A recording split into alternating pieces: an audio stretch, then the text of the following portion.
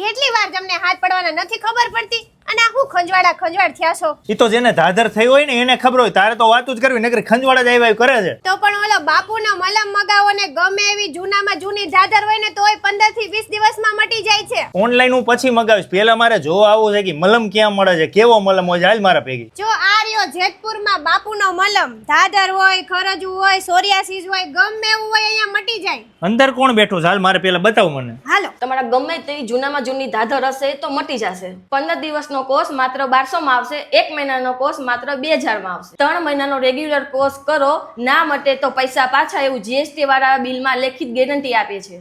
મારા વાલીડાઓ, બાપુનો મલમ તો અત્યારે ગુજરાતમાં ધૂમ મચાવે છે. તમારા ફેમિલી મિત્રોમાં કોઈ પણ વ્યક્તિને જૂનામાં જૂની ધાધર હોય, ખરજવું હોય, ચોરિયાસી જેવા કોઈ પણ ચામડીના રોગ હોય તો આ બાપુનો મલમ મંગાવી લેજો. તમને કુરિયર દ્વારા ઘરે બેઠા મોકલી આપશે અને સારામાં સારું રિઝલ્ટ આપે છે.